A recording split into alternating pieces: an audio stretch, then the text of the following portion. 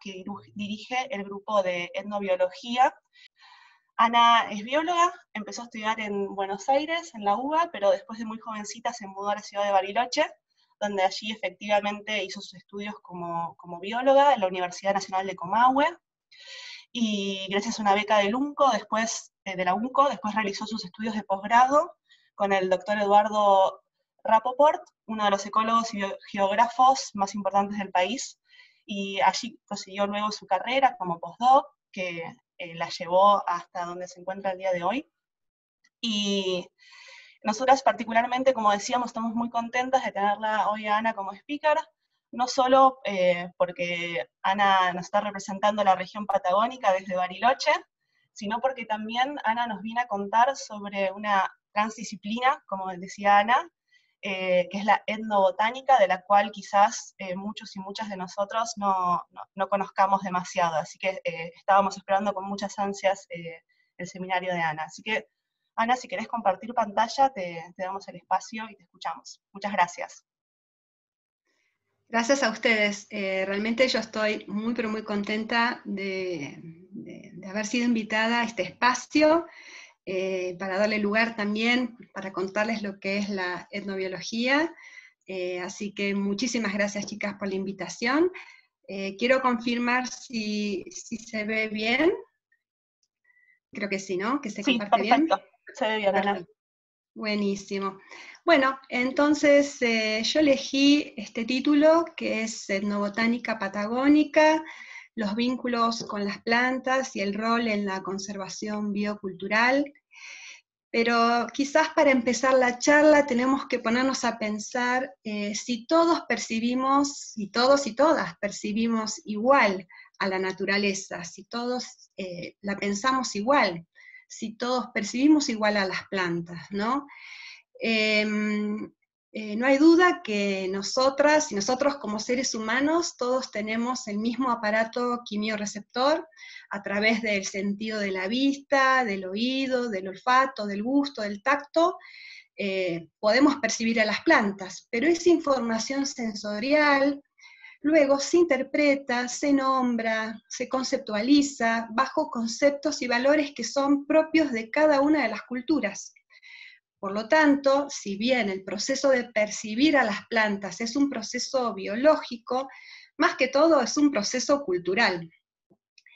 ¿Y eso entonces de qué depende? Depende de lo que muchos denominan la cosmovisión, el cosmos, la cosmología, es decir, la manera en que nosotros miramos al mundo, ¿no? Y uno de los como campos teóricos o marcos teóricos más bien que la etnobiología tiene como fundante, como base, es uno desarrollado por botánicos, etnobiólogos más bien mexicanos, Toledo y Basols, que ellos nos dicen justamente que para poder comprender cómo percibimos a nuestro entorno, en este caso a las plantas, es necesario conocer el sistema de creencias de la sociedad a la cual estamos estudiando, el conjunto o cuerpo de conocimientos que esa sociedad necesita para reproducir sus modos de vida, y de esos conocimientos, cuáles pone en práctica efectiva, cuáles no, por qué no, y pensar esas prácticas como actividades transformadoras conscientes, ¿no?, del ambiente. En este caso, actividades transformadoras sobre las plantas. Y de eso entonces se trata la etnobotánica. Es un campo que tiene una naturaleza conceptual y metodológica que es transdisciplinaria. No hay una sola manera de hacer etnobotánica, hay muchas maneras de hacer etnobotánica, pero sin duda nos interesa siempre la integración de aspectos biológicos, en este caso botánicos, con aspectos socioculturales. Entonces podemos decir que la etnobotánica es una disciplina que le interesa estudiar cómo las personas perciben, conocen, utilizan, manejan su entorno vegetal. Y a mí en particular, y en nuestro grupo en particular, nos interesa especialmente conocer cuál es el rol que tiene esto de conocer y utilizar plantas para desarrollar estrategias adaptativas. Es decir, pensar en cómo estos conocimientos y estas prácticas sobre el ambiente vegetal nos ayuda a tener sistemas más adaptativos y resilientes. ¿Resilientes ante qué? Resilientes a cambios, ¿no? Y especialmente esto nos parece muy importante porque justamente la humanidad está viviendo grandes crisis socioambientales, grandes cambios socioambientales. Y en ese sentido les quiero contar un trabajo que publicamos hace poco en la revista Nature, donde nos juntamos con otros etnobiólogos de distintas partes del mundo, y nos pusimos a preguntar justamente las oportunidades que tiene nuestra disciplina luego de que acabe, que alguna vez acabe esta pandemia COVID-19. ¿Por qué nos pusimos a pensar eso? Porque justamente creemos que las razones de esta pandemia es la resultante de unos vínculos que ha tenido la humanidad, especialmente la sociedad de mercado, totalmente destructivos con el medio ambiente. Entonces, la etnobiología puede aportar justamente en nuestro estudio que nosotros realizamos, muchos de nosotros, en comunidades locales, en comunidades originarias, nos puede ayudar a ver otras formas de conectarse con la naturaleza, revitalizar tradiciones de uso ambiental que están mucho más en sintonía con la regeneración de procesos ecológicos, ¿no? Y de formas más sustentables y amigables de estar con la naturaleza. Y dije entonces que este posicionamiento se basa justamente en nuestro trabajo con comunidades originarias y comunidades locales. ¿Y por qué con ellos, no? ¿Por qué tenemos que aprender de ellos? Bueno, los datos indican que el 40% de las áreas verdes, áreas de conservación que existen en nuestro planeta, corresponden a territorios originarios. Sabemos que en estas tierras tienen los menores niveles de deforestación y de contaminación. También sabemos que tienen los menores niveles de emisiones de carbono. También sabemos que en general los estudios muestran que los proyectos de restauración tienen mucho más compromiso y mejores resultados cuando se desarrollan en áreas de pueblos originarios que cuando se desarrollan en otro tipo de áreas. También se sabe que la distribución de los bienes devengados del uso de los bienes comunes ambientales en general se reparte de una manera mucho más equitativa. Bueno, como ya dijeron, hace varios años que estamos trabajando en etnobiología en la Patagonia, en nuestro grupo de etnobiología del INIBIOMA, y no solo trabajamos con comunidades originarias, sino también con comunidades criollas o comunidades urbanas, como la ciudad de Bariloche. Acá les muestro un mapa donde están los principales puntos donde hemos trabajado, comunidades rurales, urbanas, de las provincias tanto de Neuquén, como de Río Negro, como de Chubut. Pero obviamente nuestro interés, o al menos en esta charla, era para mí hablar más sobre las cosas que hemos aprendido de las comunidades originarias. Aquí les muestro un mapa de distribución de las comunidades mapuche tehuelche en Patagonia. Obviamente son comunidades preexistentes al Estado argentino, y que lamentablemente luego de la campaña del desierto, la mal llamada campaña del desierto, sufrieron un genocidio, una reducción numérica, esclavitud, bueno, procesos obviamente muy, pero muy negativos, y obviamente la usurpación de sus territorios, ¿no? Por lo tanto, para contextualizar, estamos hablando de sociedades que muchas de ellas son muy vulnerables, o mejor dicho, muy vulneradas. Y bueno, pero que en la actualidad están en procesos de recuperación, de fortalecimiento, de una gran resistencia. Y nosotros en este trabajo con ellos hemos aprendido muchísimo, y de lo que hablamos es de un patrimonio biocultural. ¿Y qué es eso? Es justamente la unión de aquello que es la herencia cultural, es decir, todos estos saberes, estas prácticas que se vienen acumulando por transmisión cultural a lo largo del tiempo, que se acopla con una herencia que es biológica, ¿no? Que son, en este caso, las plantas, los individuos, las poblaciones de plantas, las comunidades de plantas, los servicios ecosistémicos, y todo eso se proyecta dentro de un paisaje, que es la herencia de un paisaje, ¿no? Y de todo eso entonces estamos hablando cuando hablamos de patrimonio biocultural.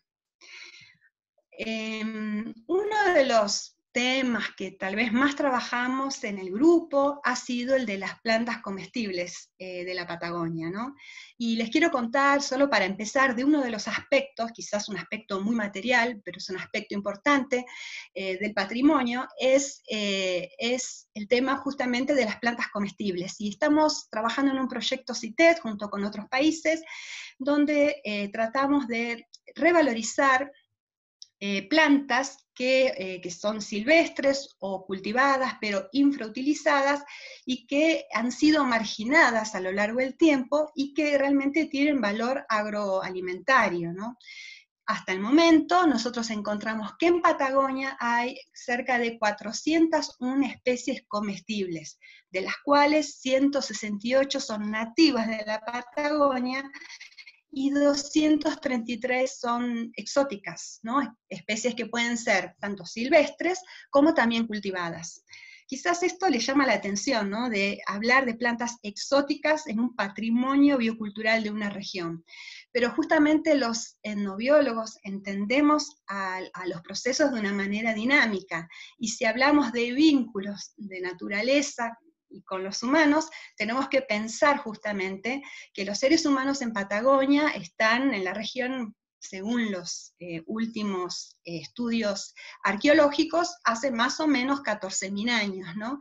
Entonces, durante ese tiempo han tenido una larga interacción, ¿no? Y de conocimiento acerca de las plantas nativas. Pero después, a lo largo del tiempo, tenemos que también pensar en el arribo del hombre blanco, más o menos hace 400 años atrás, donde ahí, junto con estas nuevas sociedades que llegaron, vinieron también junto con ellos un montón de plantas, nuevas plantas de otros continentes, y que en el caso, por ejemplo, de plantas comestibles, también han impuesto, ¿no?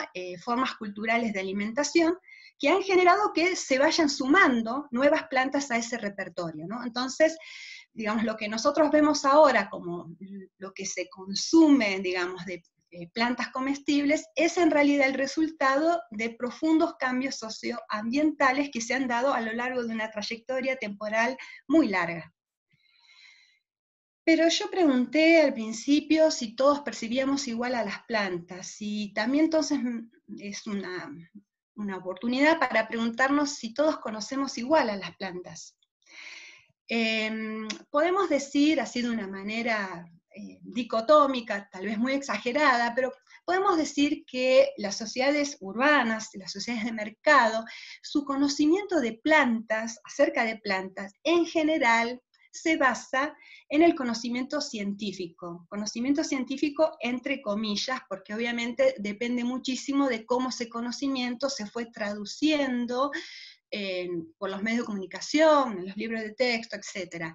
Pero ese tipo de conocimiento que tienen las sociedades urbanas sobre las plantas, en general, surge de una experiencia indirecta con el ambiente, ¿no? Son conocimientos en general que uno los estudia y que se ven que son abstractos, con informaciones globalizantes, ¿no? Para mostrar un ejemplo de eso, le puedo contar un trabajo que hicimos hace algunos años atrás con maestros rurales de la Patagonia. Acá en el mapa a la izquierda pueden ver la provincia de Chubut.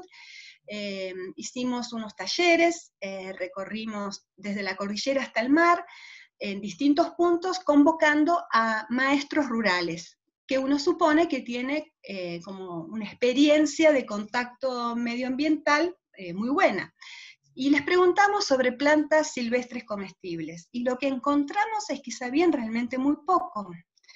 más o menos 4 más 2 plantas por persona. La mayoría de esas plantas citadas eran plantas exóticas, como el diente de león, como la rosa mosqueta. Solo un 50% de los maestros citó al michay, que es una planta nativa de la Patagonia, un berberis, que se distribuye en el mismo área donde nosotros trabajamos.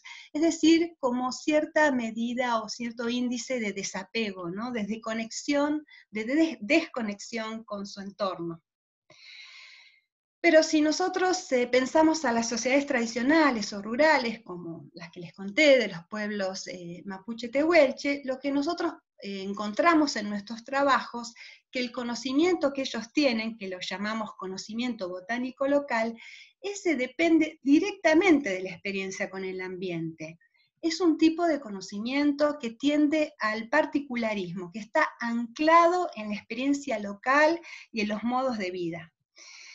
Y para mostrarles esto, les cuento otro trabajo que realizamos también hace varios años atrás en comunidades mapuches de la provincia de Neuquén, en 3 comunidades, Rams, Paineo, Cayulef, que están en una zona árida, ¿no? En una zona de la estepa patagónica, y lo que encontramos, también les preguntamos sobre plantas silvestres comestibles, y lo que encontramos es que conocían 4 veces más, por ejemplo, que los maestros, ¿no? Más o menos entre 14, más o menos 7 plantas por persona. La mayoría de las plantas que citaron en este caso eran plantas nativas, y esto de que está anclado a las actividades cotidianas, se los puedo mostrar de la siguiente manera. Nosotros encontramos que, por ejemplo, aquellos que cazaban, aquellas personas que cazaban, que eso implica una profunda exploración ambiental, sabían 6 veces más de plantas que aquellos que no cazaban, que aquellos que realizan la ganadería criancera, esto que es estas familias que viven en la estepa. Para el descanso de pasturas, lo que hacen es, en verano, trasladarse a la cordillera con todo su ganado, y entonces lo que encontramos es que quienes hacen transhumancia, es decir, aquellos que recorren todos estos ambientes de manera distinta, saben 4 veces más de plantas que aquellos que ya no la practican, porque en muchos casos es una costumbre que se está abandonando. También encontramos que quienes hablan mapudungún, el idioma mapuche, el idioma de la tierra, quienes mantienen su lengua, saben 4 veces más que aquellos que quienes la han perdido. También encontramos que aquellos que realizan el piñoneo, es decir, aquellos que se trasladan a los bosques de araucaria a recolectar piñones, también saben 4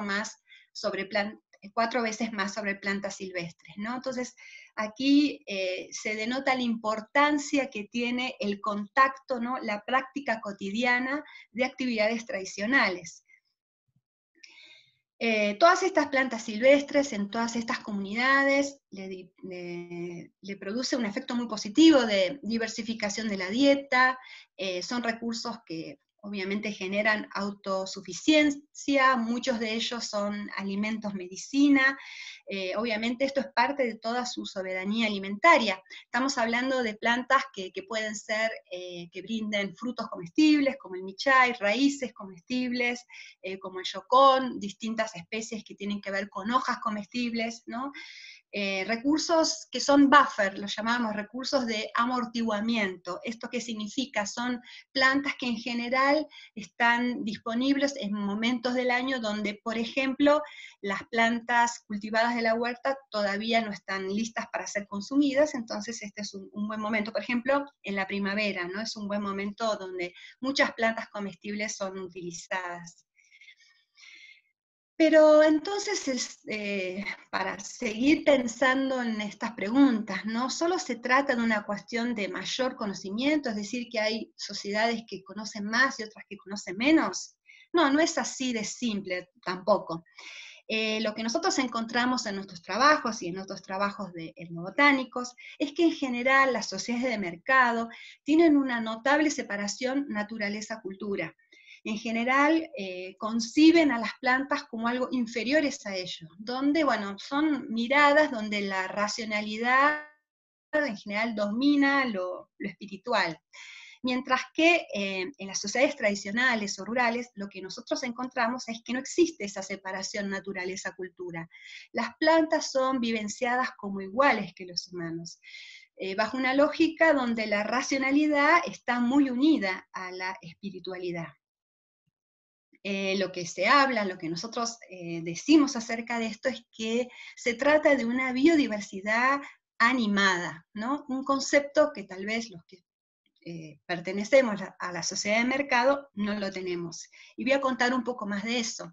Lo que hemos encontrado justamente en nuestros trabajos en comunidades es justamente que estas familias vivencian su mundo rural como un mundo animado, donde siempre hay actores naturales y sobrenaturales. Este mundo animado se basa en normas éticas que tienen que ver con la reciprocidad con la naturaleza, el equilibrio con la naturaleza, la complementariedad, y este diálogo se da a través de las plantas, a través de las aves, de los animales, de los ríos, de las montañas. Es un diálogo con las almas de sus antiguos, de sus antepasados, y también con las fuerzas de la naturaleza. De esta manera, entonces, la naturaleza tiene una connotación absolutamente sagrada, y que aparte implica, ¿no?, estos valores de reciprocidad, equilibrio, de complementariedad, normas muy estrictas, que son las que regulan cuántas plantas se recolectan, en qué cantidad, en qué momento del año.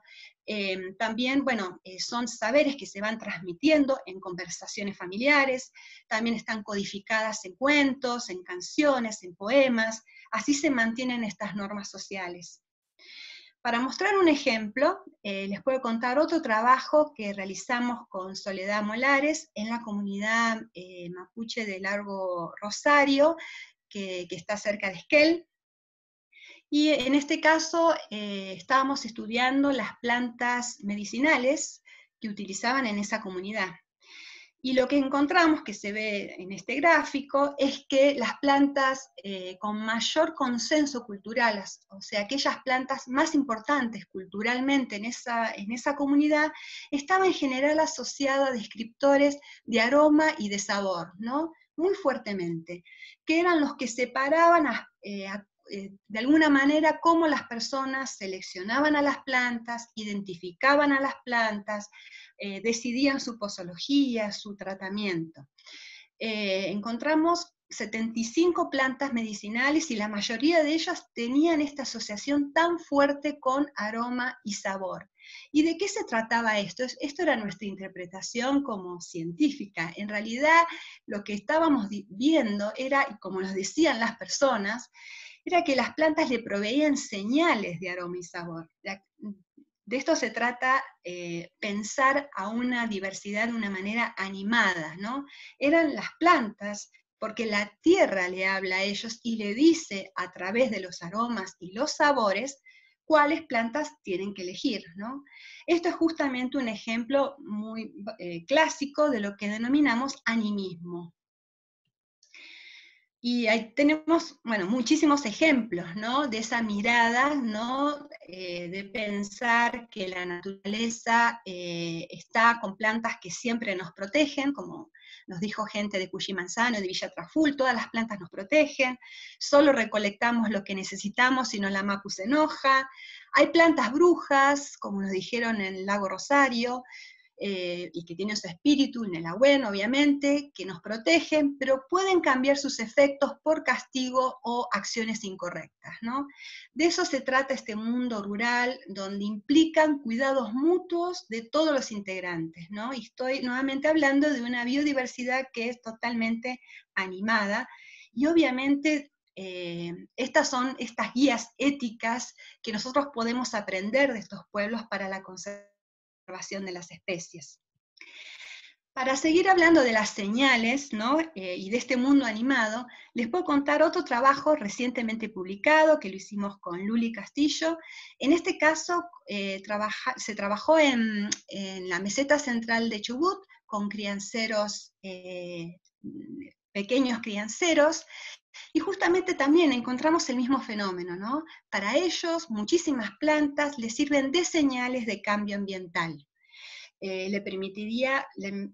les permite poder anticiparse y poder tomar decisiones en cuanto a su manejo ganadero, en cuanto a ver si hay cambios de largo plazo, plantas que indicaban fenómenos de sequía de largo plazo, de falta de forraje, por ejemplo, o si no, indicadores de corto plazo, ¿no? Si va a venir un año bueno o va a venir un año malo, ¿no?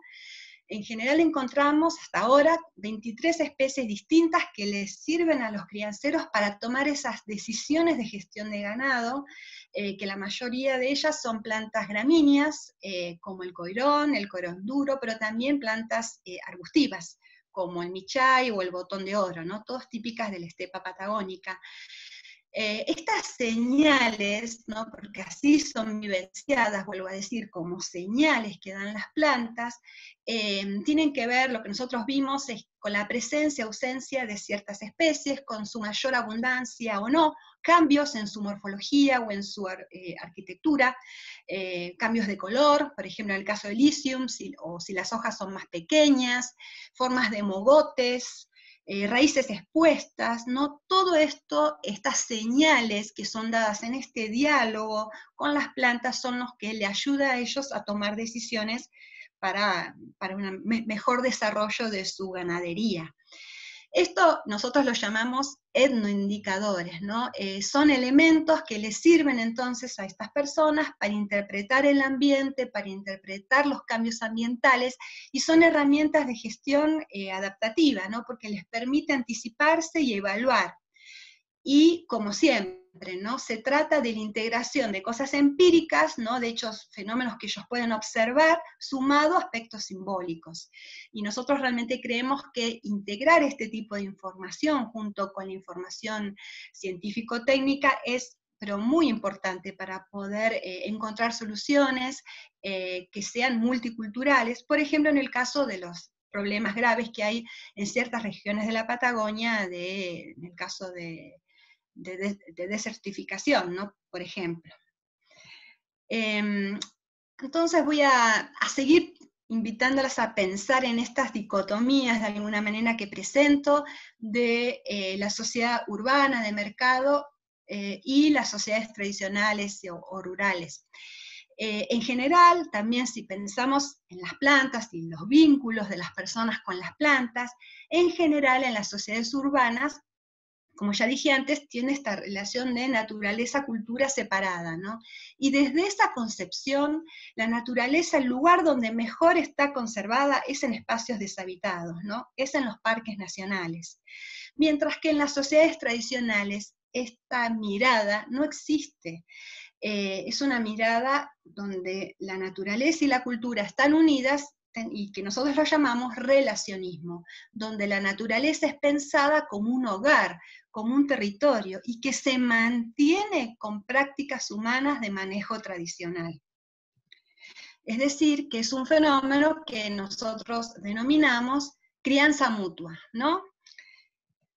Y cada vez, no solo nosotros en Patagonia, sino en otros lugares del mundo, cada vez se encuentran más evidencias acerca de que las sociedades tradicionales han tenido un rol determinante en la construcción y en el mantenimiento de la biodiversidad.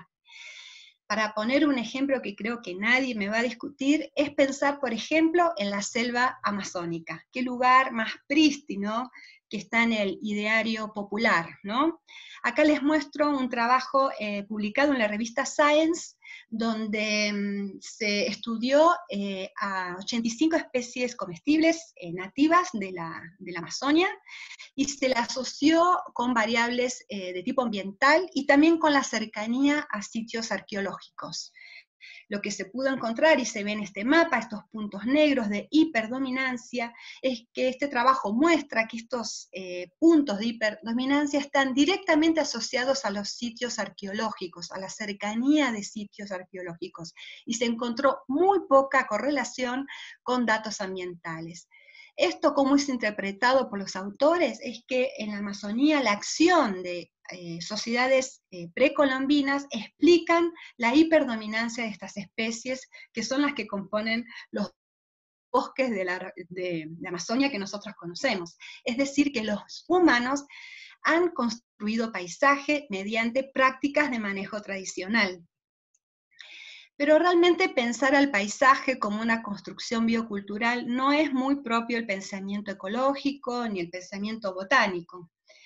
Y bueno, voy a invitarlos un poco a volver a la Patagonia, ¿no? Y pensar un poquito en el caso de la araucaria araucana. Es una especie arbórea muy importante de los bosques andino-patagónicos, y que tiene realmente un rol sagrado y material muy importante para el pueblo mapuche. Es una especie, como se llama, especie clave cultural, porque es base de la alimentación de este pueblo. Puedo contar un montón de cosas sobre este vínculo que tiene el pueblo mapuche con esta planta, con el pehuem, que es su nombre en lengua mapuche. Como ya les conté antes, es muy importante cómo las sociedades basan su alimentación, en general la recolección es familiar. Para aquellas comunidades que ya no viven en los bosques de araucaria, está muy asociada a la transhumancia ganadera, y también hay muchas formas, bueno, las familias recolectan grandes cantidades de semillas que luego tienen distintas formas de almacenamiento para poder utilizar estas semillas a lo largo de todo el año. El vínculo es un vínculo hasta de tipo químico, podemos decir. Estos bosques crecen en lugares volcánicos, y obviamente los volcanes largan azufre, y estas moléculas de azufre, luego por distintos procesos de transformación, son las que forman parte de las semillas, forman parte de los aminoácidos esenciales, como la cisteína y la metionina, que son aminoácidos que no puede desarrollar el ser humano. Así que acá vemos nuevamente cuál es la conexión, ¿no?, de árboles y gentes que están constituidos por el mismo tipo de moléculas, ¿no? Entonces, cuando hablamos de gente del Pehuen, que es así se autodenominan, estamos hablando de gente que comparte y que tiene una relación inseparable con estos árboles. Entonces, en el caso de esta relación del pueblo mapuche con la araucaria, encontramos justamente evidencias de crianza mutua, ¿no? Como ya les conté, las familias todos los otoños van a los bosques a recolectar semillas, pero cada vez que recolectan, plantan ellos mismos una semilla en acto como de agradecimiento a la Mapu por brindar alimento. También tenemos un montón de otras, bueno, ceremonias quizás más conocidas, los guillatunes, que son ceremonias que son a nivel comunitario, que también son el reflejo del agradecimiento y de estos posicionamientos de que hay que equilibrar las fuerzas como manera de mantener el equilibrio, ¿no?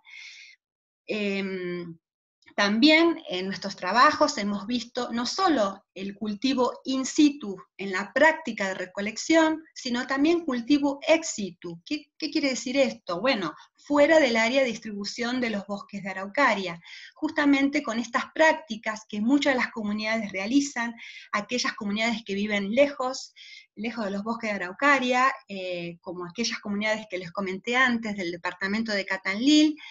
Ellos llevan grandes cantidades de semilla y luego para resguardarlas las entierran en mallines o en huertos, en lugares húmedos, y muchas de ellas plantas germinan. Y entonces uno ve en los huertos, ve araucarias. También en los plenos bosques de araucaria vemos medidas, acciones de favorecimiento. Acá vemos un torniquete hecho a un ápice. También medidas de tolerancia. En general en las comunidades estos árboles no se talan. Si se hace una casa, si se construye un camino, se hace un huerto nuevo, esas plantas, como se ve acá, con unas ofrendas, son toleradas, ¿no?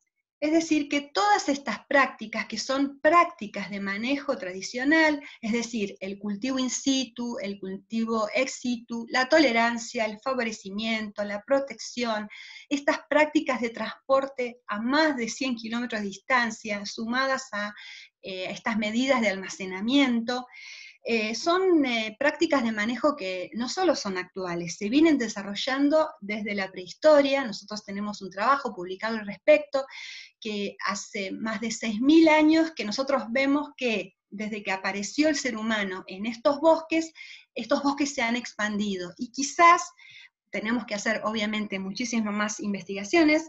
La actividad de estas prácticas de manejo serían claves para poder comprender la influencia humana en la distribución de estos bosques, ¿no? Entonces, quizás el mensaje que quiero dar es que esta variabilidad de la biodiversidad se está sosteniendo a través de prácticas de manejo, y no solo eso, se están sosteniendo a través de redes de sociabilidad en un mundo animado, que nosotros en nuestras sociedades urbanas, quizás ese mundo no es así. Pero yo les dije también que a nosotros nos interesaba el estudio de sistemas adaptativos y resilientes, ¿no? Especialmente de cara a pensar los cambios que se dan, por ejemplo, con las crisis socioambientales. También les hablé de vulnerabilidad. Entonces, si nosotros pudiéramos, digamos, pensamos a las comunidades mapuches, no todas están en una misma condición de vulnerabilidad, ¿no? Hay algunas comunidades que por diversas razones, por ejemplo, el acceso al agua, o distinto acceso a la infraestructura, o que tienen más o menos conflictos territoriales, o más o menos sobrepastoreo de sus tierras, más o menos cohesión social, podemos decir que algunas comunidades son más o menos vulnerables que otras, ¿no? Y si nosotros comparamos esta situación o este estado de vulnerabilidad con el mantenimiento de prácticas de manejo, como les conté antes, por ejemplo el piñoneo, que implica el cultivo in situ y ex situ de semillas, o la veranada, que implica un manejo sucesional de pasturas y muchas veces domesticación incipiente, o la presencia de huertas, que realmente es un repositorio de germoplasma y un lugar de experimentación. Lo que nosotros encontramos justamente es que las comunidades mapuches menos vulnerables son justamente aquellas que son las que han podido, las que tienen más chance de continuar con prácticas de manejo con plantas nativas. Encontramos que las menos vulnerables tienen 100 veces más chances de ser vulnerables que hacer veranada que aquellas comunidades más vulnerables. Tienen 14 veces más chance las comunidades menos vulnerables de hacer piñoneo que aquellas que son mucho más vulnerables. Lo mismo en el caso de la huerta. Entonces acá estamos hablando justamente de la importancia del mantenimiento de prácticas tradicionales para la conservación biocultural, pero no solo para la conservación de prácticas tradicionales, sino también está incidiendo directamente en la conservación de las especies. Y en este caso ya hablé de la araucana, pero también está sucediendo con otras plantas silvestres y comestibles. Y estos trabajos básicamente se han basado en adultos, y le quería contar un pequeño trabajo que hicimos con niños, ¿no? Porque es como, los niños son, digamos, la esperanza del futuro en cuanto a la sostenibilidad. Y en este caso les quiero contar este trabajo que también se publicó hace poco, que hicimos con Antonella Canale, en una comunidad mapuche llamada Rucachoroy, que habita en los bosques de Pehuen. Aquí trabajamos con entrevistas a los niños de entre 8 y 15 años, con algunas entrevistas y acompañadas con mucho trabajo con dibujos. Lo que podemos ver acá es que los niños saben muchísimo sobre el Pehuen. Tenemos unos hermosos dibujos donde se ve la diferenciación entre árboles femeninos y masculinos, algunos con conos. Se ve muy bien la dispersión varocórica, es decir, las semillas muy cerca de los árboles. Saben que los animales silvestres solo la pueden distribuir hasta 200 metros, nada más. También vemos dibujos donde se ve el decaimiento, pehuenes secos, que es una enfermedad que está preocupando a todos los científicos. Es decir, que encontramos que los niños también saben un montón. pero usando un modelo de unos investigadores de Justi y colaboradores. Acá ven un gráfico de barra. Lo que nos quisimos preguntar es cuál es esa conexión que tienen los niños con la naturaleza, ¿no? Y en esos modelos de Justi, él hace como un programa de preguntas para niños, y para poder diferenciar si ellos están en la naturaleza, están con la naturaleza o están por la naturaleza, ¿no? Obviamente ahí hay como un gradiente, una intensidad de conexión. Lo que encontramos en las respuestas es justamente que sí, que los niños están en la naturaleza, se sienten cómodos con ella, actúan en los espacios de los bosques de Pehuen, tienen un sentimiento de apego, de empatía, conocen muchísimo acerca de todas, digamos, la botánica, la ecología de las especies, tienen recuerdos familiares asociados a esta planta, pero en el caso de estar por la naturaleza encontramos como una tendencia un poco menor, como un menor número de respuestas asociadas al estar por la naturaleza. En coincidencia que también los niños evidenciados que ya el piñonero era una actividad que le parecía aburrida, cansadora. Quizás aquí hay una alerta, que es lo que transmitimos a la comunidad al difundir este trabajo. Hicimos como un taller de devolución de resultados, ¿no? De la alerta de que quizás acá, que son estos niños los que nosotros dependemos de ellos para la continuación de prácticas sustentables, quizás acá hay mucho por hacer, ¿no? Entonces, a modo así ya de cierre, de cierre diría yo, los etnobiólogos venimos hablando muchísimo de la importancia de los vínculos, y por suerte en los modelos actuales de la plataforma intergubernamental de la biodiversidad y los servicios ecosistémicos se están incluyendo a los valores relacionales, ¿no? Y quizás un modelo que a mí me gustó mucho y creo que nos sirve como de síntesis, ¿no?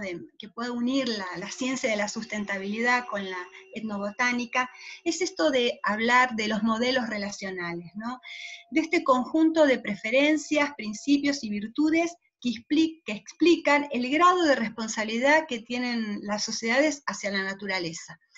Este es un modelo originario de unos autores, Muradian y Pascual, y ellos desarrollaron 7 alternativas, ¿no? 7 posibles maneras diferentes de relacionarse con la naturaleza. Y yo los voy a tomar acá, pero los voy a aplicar a Patagonia, y vuelvo al caso de la araucaria araucana, ¿no? Para repensar un poco nuestros vínculos. Entonces acá tenemos los 5 vínculos que yo, o tipos de modelos relacionales que yo encuentro para el caso de la araucaria araucana, y lo que podemos ver acá son varios colores y varias formas, ¿no? Entonces, la araucaria araucana podemos ver que, ya les voy a contar más, pero modelos ligados a la dominación, modelos ligados a la explotación, modelos ligados al desapego, y también modelos ligados a la custodia o la crianza mutua. Voy a contarles más en detalle. En el caso de la dominación, ¿de qué hablo, no? Bueno, los bosques de araucaria, desde el comienzo de la colonización europea, la colonización española, especialmente en Chile, desde el siglo XVI hasta el siglo XVIII, realmente ha sufrido un modelo de dominación. ¿Cómo se explica este modelo? Es un modelo donde las prácticas solo se sostienen para el beneficio humano, el modo de interacción fue de destrucción, las plantas eran vistas como inferiores y la emoción por atrás era el miedo. Si uno ve escritos de Pedro de Valdivia, por ejemplo, él dice, comencé a correr la tierra a conquistarla, ¿no? También el padre Felipe Gómez de Vidaurre, él dice, el bosque era considerado el peor enemigo, ¿no? En ese caso el Pehuen era un obstáculo para el progreso, ¿no? La idea por detrás es, se conquista la naturaleza. Podemos pensar quizás si ese modelo es existente hoy o no, eso lo dejo abierto. Otro modelo relacional que podemos evidenciar con la araucaria es el de la explotación. El modelo relacional de explotación es el que podemos ver también desde el siglo XVIII hasta el siglo XX, que ha ocasionado la reducción de los bosques de araucaria a un 50% en Argentina y en Chile. ¿Y esto a qué se debió? Se debió a la llegada de colonos europeos y criollos, ¿no?, que realizaron incendios forestales para abrir zonas agrícolas ganaderas, y también el auge de una industria maderera de exportación, ¿no? Este modelo, entonces, se basa en prácticas que tienen que ver con reglas de mercado, ¿no?, el modo de interacción en la extracción, el consumo. Las plantas son consideradas sin derechos y la emoción por detrás es la maximización de ganancias o la maximización del placer. Entonces es como típico de una lógica utilitaria de mercado. Quizás en la actualidad podemos pensar también que estos modelos, por supuesto que existen, por ejemplo en el caso de la comercialización de los piñones de araucaria, de estas semillas, cuando empiezan a tener importancia en los mercados locales y se empiezan a comercializar poniendo en riesgo la regeneración de los bosques, ¿no?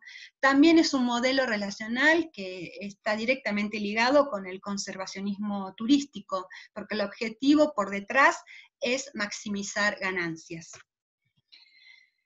Otro modelo que podemos hablar en Patagonia, quizás no tan directamente con la araucaria, es el del desapego, ¿no? Es el que quizás les mostré en el caso de los maestros, es el que quizás uno ve en las sociedades de mercado, donde el modelo es el desapego, las prácticas con las plantas son ausentes, el modo de interacción es el aislamiento, las plantas son invisibles, ni se ven, están alrededor, pero la gente no las conoce, no sabe para qué sirven. La emoción es la indiferencia, ¿no? Es producto de falta de conocimientos y por eso nuestro grupo hace muchísimos años que hacemos cursos y capacitaciones en este sentido. Quizás la foto que muestro acá es la muestra más concreta del desapego, ¿no? Este señor con esa sombrilla que es un árbol totalmente talado. Otro modelo que quizás es el más favorito entre los biólogos es el de custodia, que es pensar entonces un modelo relacional donde las prácticas están sujetas a reglas de delimitación. El modo de interacción es la preservación. Las plantas son muy valoradas, tienen derecho, ¿no? Pero siempre siguen un modelo de separación naturaleza-cultura, y la emoción que está por detrás es la valoración del estético, de los espacios prístinos. Esa es la lógica, este modelo relacional, como dije antes, es la lógica por detrás de la creación de las áreas protegidas, de las reservas con patrocinio privado, es la expresión de valorar a una naturaleza intangible. Y en el caso, por ejemplo, de la araucaria araucana, del Pehuen, tenemos nuestro caso del Parque Nacional Lanín. Pero realmente el Parque Nacional Lanín, si bien ha comenzado la creación del parque con estos objetivos, hoy en día es totalmente diferente, ¿no? Hace 20 años que el Parque Nacional Lanín tiene un comanejo con las comunidades mapuches. Y esto implica entonces una notable valoración de lo que es cómo está unida la biodiversidad, tanto cultural como biológica. Por último, el modelo relacional de crianza mutua, que es el que venimos hablando hace ya un rato, ¿no? Donde la naturaleza tiene una agenda propia, ¿no? Donde las prácticas también tienen normas y reglas, pero siempre son pro regeneración de la naturaleza. El modo de interacción es la interdependencia, las plantas son vivenciadas como iguales a los seres humanos, y la emoción por detrás es la pertenencia, ¿no? Y acá estamos hablando de compromisos que son ligados a un cuidado mutuo, ¿no? Entonces, espero haberlos convencido de que no hay una sola manera de relacionarse con la naturaleza, hay muchas maneras de ver de manera diferente a las plantas, que el patrimonio biocultural de las comunidades originarias de la Patagonia nos brinda guías éticas para la conservación, y que es muy importante poder fortalecerlo, poder visibilizarlo, integrarlo. Es lo que venimos haciendo con el grupo de etnobiología. Solo le muestro actividades, las últimas actividades que hemos podido hacer, como las jornadas de etnoecología y conservación, que son unas jornadas que hacemos cada 2 años, también donde participan los integrantes de las personas con las que trabajamos, de los pueblos originarios o distintos colectivos con los cuales trabajamos. También trabajamos bastante en talleres junto con las personas, como el caso de este taller que hicimos el año pasado, hace un año exactamente, de Buenesas, junto con señoras de la Feria Franca de Nahuel Huapi, que ellas tanto como nosotras fueron docentes del curso, y también obviamente trabajos en las escuelas. Para nosotros es muy importante como etnobotánicos la visualización de estas diferencias que se ven en los modelos relacionales, que también explican las disputas que hay entre esas maneras diferentes de ver el mundo, y obviamente creemos que nuestro trabajo puede ayudar a pensar en una multiculturalidad para la conservación. Así que bueno, muchas gracias. Acá están todas nuestras redes sociales para que puedan seguir al grupo de etnobiología. Así que bueno, gracias. Bueno, Ana, muchísimas gracias. La verdad, creo que no debo ser la única que ha resultado fascinada con tu charla. Yo no podía evitar pensar durante toda la presentación qué importante hubiese sido durante mi carrera, yo como bióloga, tener más acceso a este tipo de formación. La verdad que después si querés chusmear el chat, hay un montón de mensajes de felicitaciones. Ahora vamos a dar un espacio para preguntas. Quiero decir que es muy emocionante porque hemos tenido gente que nos ha comentado que te escucharon desde Misiones, Jujuy, Córdoba, Mendoza, Buenos Aires, Salta. Así que creo que es muy emocionante que haya gente de todo el país escuchándote, porque la verdad que nos resultó súper interesante. Quiero recordarles que tanto una entrevista que le hicimos a Ana antes de la presentación, así como el link para acceder al video que vamos a subir a YouTube, a nuestro canal de YouTube, van a estar disponibles. Nos dicen desde Berlín también que están escuchando, van a estar disponibles, pueden acceder a nuestra página del grupo de Artplan Woman, y ahí van a tener toda la información, así como se pueden contactar con Ana, y van a tener el contacto con Ana. Van a poder ver en el chat también que hay disponible un link de contacto para comunicarse con nosotras y con Ana. Y bueno, si te parece, ahora vamos, había visto que había gente que tenía ganas de hacer preguntas, había visto en el chat y que habían levantado la mano. Julia Herrera, no sé si estás por ahí, que había levantado la mano, que te quería hacer una consulta. A ver si está Julia. Si no, Luciana Poggi también tenía una consulta que quería hacer. Pueden abrir el micrófono sin ningún miedo. Hola, Bueno. buenas tardes. Yo quería hacer una pregunta. Dale, sí. Mi nombre es Graciela. Soy de Buenos Aires, pero hace ya más de 30 años que voy todos los años al sur de campamento. He ido con mi familia, actualmente sigo yendo con mi compañero. Y viví ese cambio, ¿no? De que antes eran parques nacionales en la zona del Lanín y que ahora están trabajando más con las comunidades.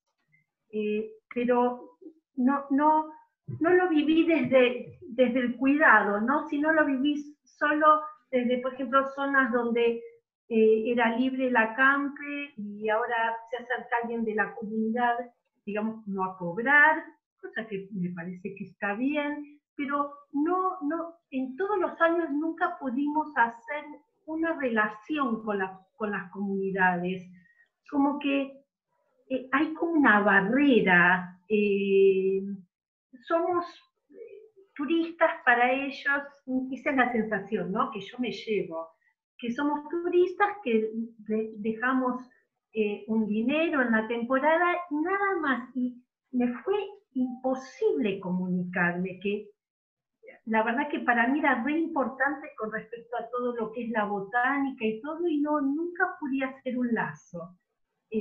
Capaz que vos que estás ahí, Isabel, más podrías decirme qué pasa.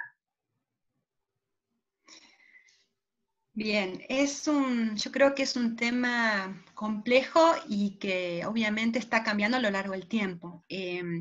Tenemos que pensar en relaciones de poder primero, ¿no? Las comunidades dentro del Parque Nacional han tenido una historia realmente muy difícil, que recién ahora de a poco se está recomponiendo, se está trabajando, digamos, de una manera colaborativa. Por lo tanto, hay muchísimas visiones dentro de las comunidades respecto a cómo interactuar con la sociedad de mercado, digamos, ¿no?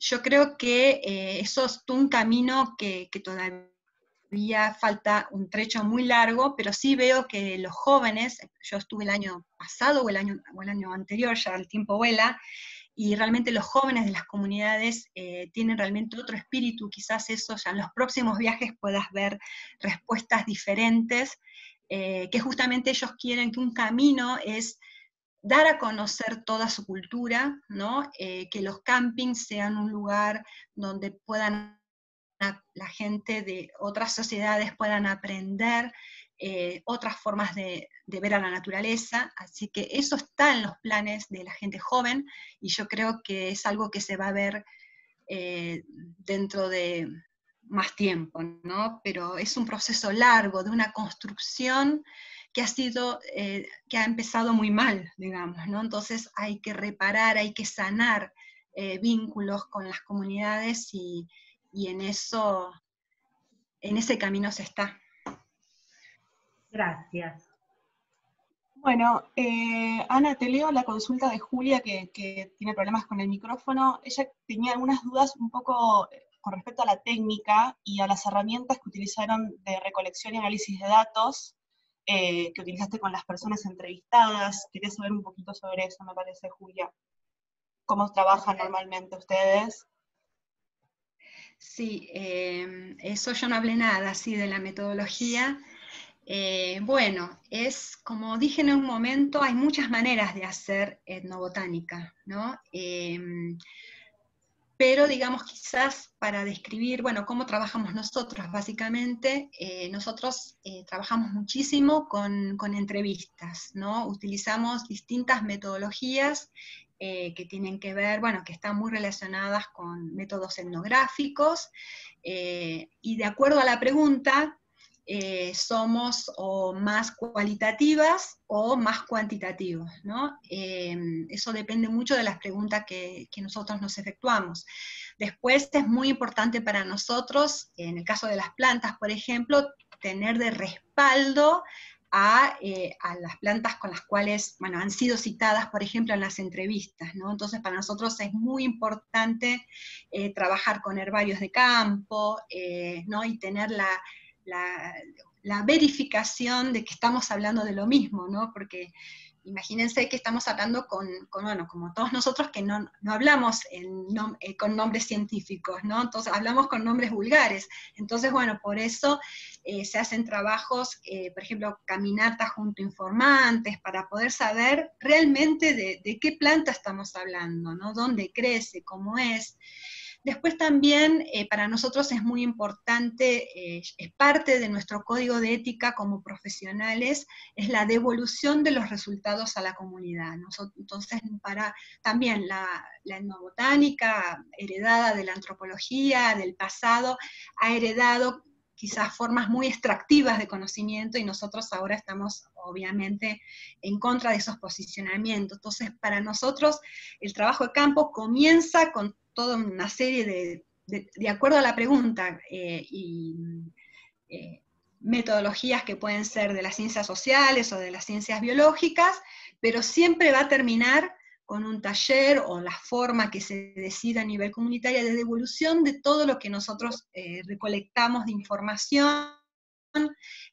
Así que eso también es es como básico para nuestro trabajo. Y siempre estamos integrando, porque es así, la etnobiología, no hay una sola manera de hacerla, y podemos estar integrando, y lo que más queremos es integrar y trabajar con genetistas, con antropólogos, con ingenieros agrónomos, porque como que tenemos una visión muy opuesta a una biología compartimentada, ¿no? Más aún si hablamos de problemas ambientales, tenemos que integrar muchísimas disciplinas, entonces estamos muy abiertos, que no es fácil, a trabajar de manera multidisciplinaria. Buenísimo, muchas gracias, Ana. Acá tengo una pregunta de Débora Rondanini, que te felicita por tu trabajo, dice muy interesante y holístico, y su consulta es si hay experiencias compartidas de co-crianza de recursos naturales con otras zonas del país.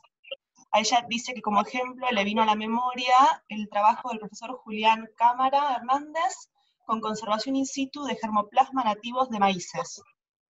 Hola, ¿qué tal? Yo soy Débora, la que hizo la pregunta.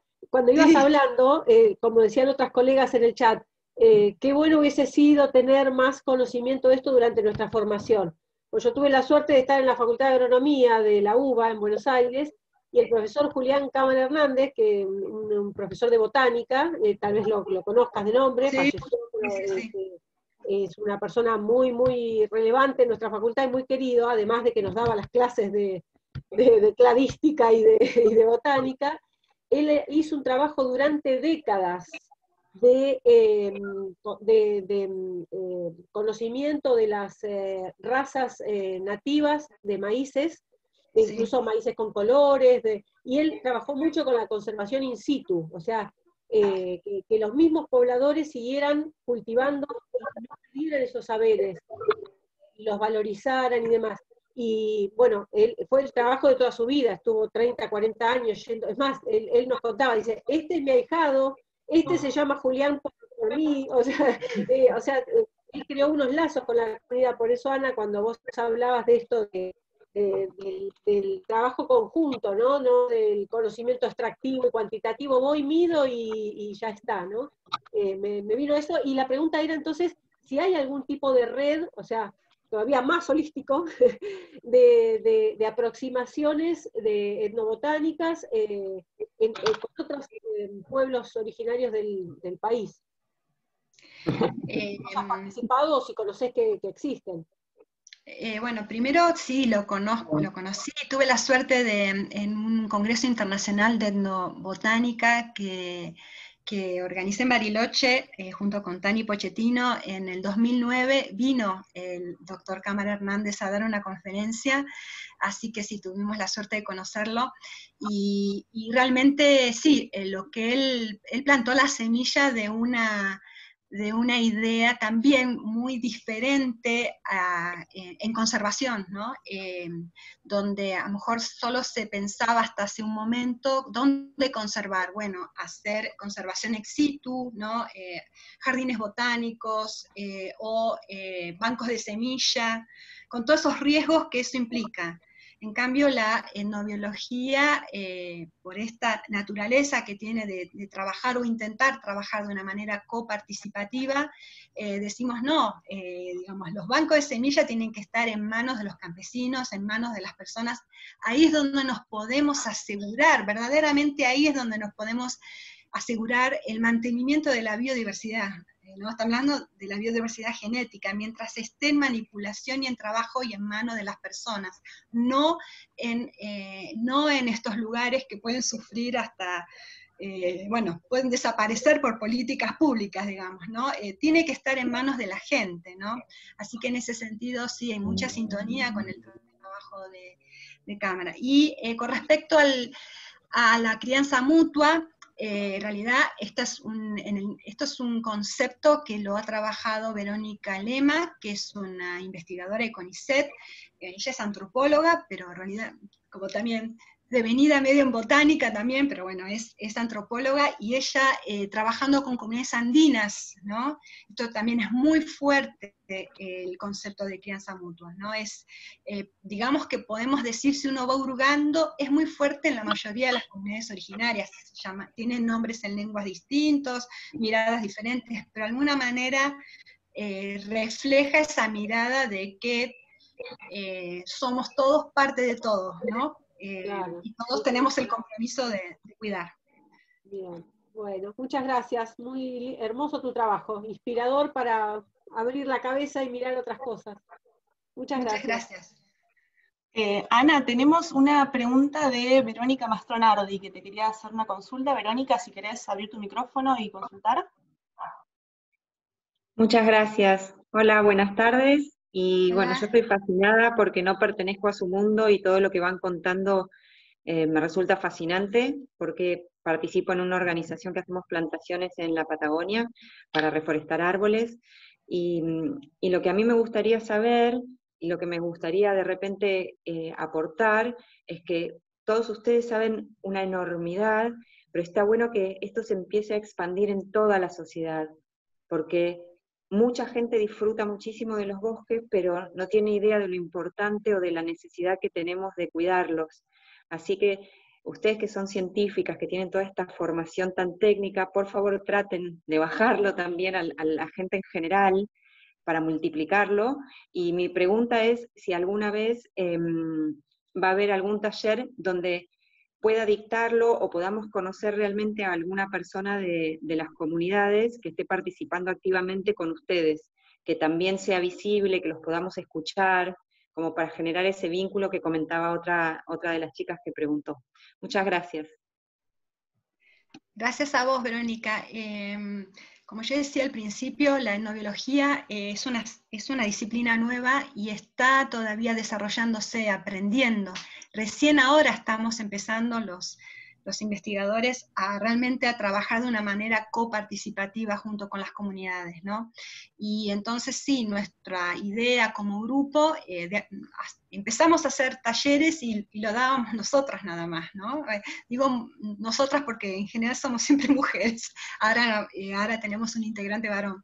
Pero, y ahora, bueno, y en los últimos años empezamos a incorporar como iguales, realmente como iguales, pero fue todo un aprendizaje, porque uno tiene que decolonizar también un montón de miradas, no más viniendo de la biología, ¿no? Del pensamiento científico superior, que no se puede poner al mismo nivel, o que no piensa que otro tipo de conocimiento tenga un estatus epistemológico que permita conversar al mismo nivel. Eso hay que realmente trabajar mucho la cabeza para sacarse eso de encima, y por eso ojalá en el futuro, si estás, digamos, si nos seguís en alguna de las redes que puse al final, ojalá podamos en el futuro dar, cuando acabe esta pandemia también, cursos junto con las comunidades. Es nuestro próximo objetivo, ¿no? Y es todo un aprendizaje para nosotros, ¿eh? No es fácil. Bueno, súper interesante. Por favor, cuando eso suceda, desde el parte del grupo nos interesaría ayudarte a hacer difusión de ello, porque resulta súper interesante la idea. Mirta tiene una consulta que quisiera hacerte. Mirta, si querés consultarle a Ana. Sí, me interesaría mucho conocer un poco más sobre las plantas silvestres comestibles. Pues yo justamente me conecté con gente de las ferias, así de Bariloche y demás, y hablaban sobre, ahora no recuerdo cómo se llamaba la planta, pero hablaban acerca de las plantas comestibles, y yo pienso qué importante es hacer una transposición didáctica nosotros, los comunes, los que no sabemos de biología, difundir un poco de que existen tantas plantas comestibles, que yo me enteré que hoy, a través de la conferencia, de la excelente conferencia que acabamos de disfrutar, de que existen 400 y pico de plantas comestibles que a lo mejor la gente va, camina, pisa y no sabe que puede nutrirse, ¿no? Con esas plantas y demás. Entonces, me interesaría si hay algún email para conectarse, para me envíen bibliografía o dejarles mi mail. Les escribo mi mail acerca de plantas comestibles que uno puede encontrar. A mí me interesa mucho cuando voy a los parques, ahora ya no porque estamos con el tema de la cuarentena, pero esos yuyitos que crecen entre las baldosas y que yo por ahí los cultivo, los junto, los traigo y uno me floreció, el otro no sé qué y no sé ni cómo se llaman, y a lo mejor son comestibles, sobre todo por la gran necesidad de alimento, ¿no?, que tiene el ser humano hoy día. Gracias, Mirta. Sí, nosotros tenemos 4 libritos de divulgación que, pero se refieren a plantas silvestres comestibles de la Patagonia y también, cuando podemos, al menos una vez al año, damos talleres en Bariloche en general para dar a conocer estos conocimientos, ¿no? Y lo que vos decís me parece, también me da pie para hablar de un proyecto muy lindo en el cual formamos parte, que es de la Feria Franca del Nahuel Huapi en Bariloche. Es una feria que tiene 10 años, y hay una tesis doctoral que se está desarrollando en esa feria, con esta gente tan maravillosa, y justamente trabajamos con ellos hace 10 años, son horticultores familiares de plantas cultivadas, y nosotros veíamos que las malezas que aparecen cuando se cultiva de manera agroecológica, sin uso de agroquímicos, las quitaban y las tiraban, o sea, se la daban de comer a los animales. Y nosotros ahí salimos, no, ahí hay un montón de plantas comestibles. Así que ayudamos en aquel momento a trabajar junto con la gente de la feria para identificarlas, para hablar de sus contenidos nutricionales, que muchas veces son superiores al de algunas plantas cultivadas. Por ejemplo, superior a la lechuga, todas. Porque la lechuga, por ejemplo, nutricionalmente tiene bastante poco, es puro agua. Y entonces, ellos, aún hoy en día, ¿no?, tenemos 2 o 3 integrantes de la feria, mujeres que se entusiasmaron con esto, y ellas son unas sabias, ¿no? Y ellas también las venden, o sea que ahí pudimos intervenir de una manera muy práctica, muy sencilla, ¿no?, para colaborar acerca de, que se difunda este saber y que también sea una alternativa económica, ¿no? Así que sí, estamos rodeados de plantas comestibles.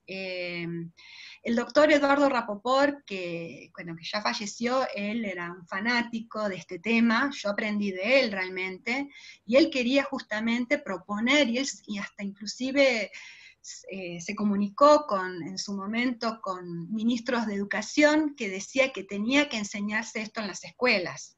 Y uno ve en otras partes del mundo, en Estados Unidos, en Dinamarca, no sé, lugares que conozco, se enseña a cocinar, y se enseña, por ejemplo, a reconocer plantas silvestres comestibles. Yo estuve, no sé, en Copenhague, hay lugares donde se deja, en medio de la ciudad, se dejan canteros con plantas silvestres para que la gente los recolecte, ¿no?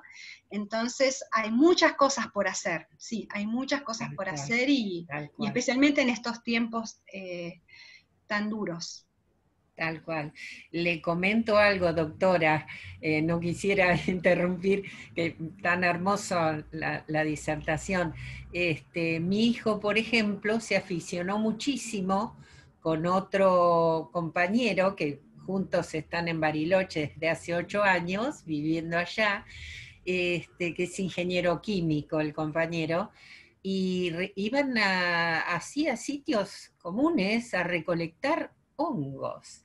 Entonces, ay, por Dios, no los cocine. Yo estaba desesperada, pero como no, mamá, yo ya aprendí, dice, por, digamos, así, prácticamente, no empíricamente, aprendió a distinguir los que eran comestibles de los que no. Y los comieron esos hongos que habían recolectado. A mí me desesperó muchísimo. Pero dice, hay una cantidad impresionante en Bariloche, dice, de hongos comestibles. Y ellos aprendieron a distinguirlos. Me mostraban las fotos con montoncitos de hongos que habían recolectado. Sí, lo que pasa es que tenemos que, para terminar, vencer un prejuicio que no sé por qué se ha adquirido en Argentina. A mí me pasó, por ejemplo, cuando iba al campo y preguntaba por las plantas silvestres comestibles, me decían, no, pero eso es cosa de pobre. Como que costaba muchísimo que la gente me contara acerca de eso, era como vergonzante. Y realmente no debiera ser así. En otros países nuevamente del mundo, esa tradición de recolectar en Italia, en España, sigue vigente, no es algo vergonzante, es parte de tu cultura, ¿no? Nosotros por distintas razones, eso se volvió así y eso es lo que tenemos que cambiar. Claro. Ana, en relación, muchas gracias Mirta por tu pregunta, tu comentario. En relación a esto que decías, Ana, Patricia había consultado, porque ella quería saber cuál era la cita donde se hacía referencia a las plantas comestibles, y quizás una compañera, Matilde, compartió un link de un trabajo que se llama Malezas Comestibles del Cono Sur. ¿Es esa la bibliografía? Perfecto. Esa es parte de la bibliografía, ahí solo están las plantas de origen exótico, y están las plantas del cono sur, digamos, ¿no? Son muchas más plantas. Yo cuando me refería a las 401 especies, es otra bibliografía que se las puedo dar. Si ustedes pasan mi mail, yo se los doy. Hay un newsletter de este proyecto CITED, donde ahí están listadas las especies. Así que ahí puede ser una alternativa.